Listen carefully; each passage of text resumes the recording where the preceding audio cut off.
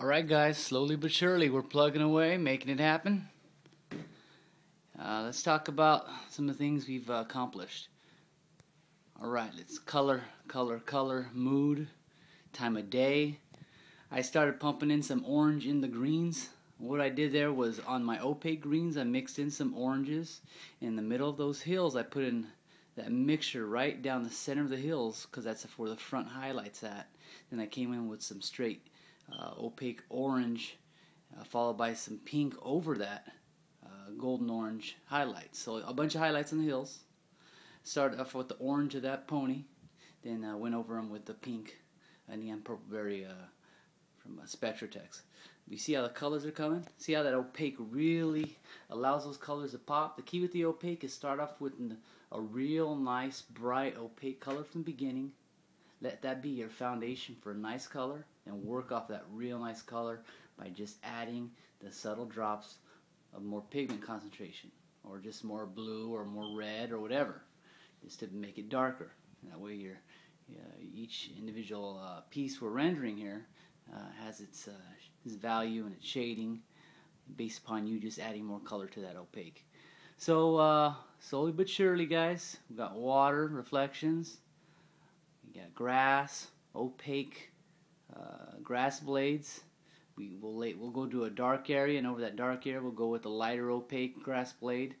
It's kind of like the True Fire. It creates another dimension.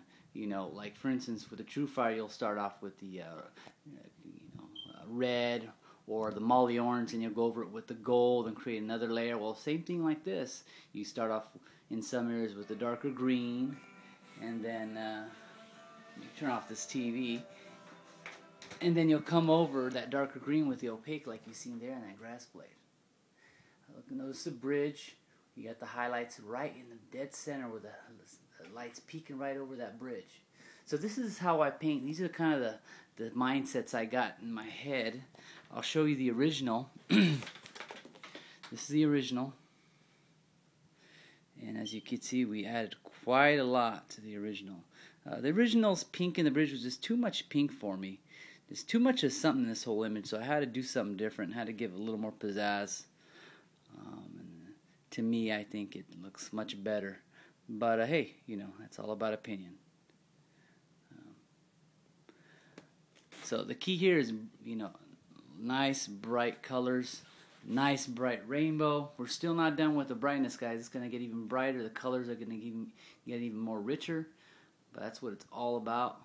Just colors, highlights, shadows, keeping it real. And what I mean by keeping it real is just putting as much truth from nature into this piece as possible. Nature is all around us. When we go outside our house, we look at the sunset.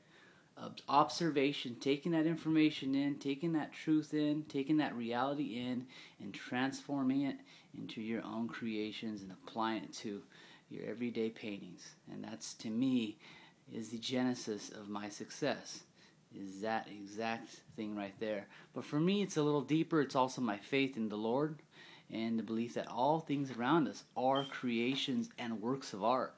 But you don't got to believe in God to think that all things around us are works of art. You can, not believe in God at all and just look at them as, creations or works of art, because by golly, everything around us is just so meticulously done and created, or meticulously,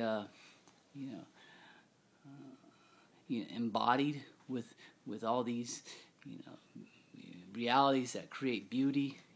Whether it's tropical fish, sunsets, clouds, you name it. There's so much around us that we can absorb and apply to our artistic abilities. Anyways, more videos, guys, coming your way. We got about, I say, 75%, 70% done into this mural. So we'll see what happens. Thanks for taking the time to watch, and thanks for your guys' support.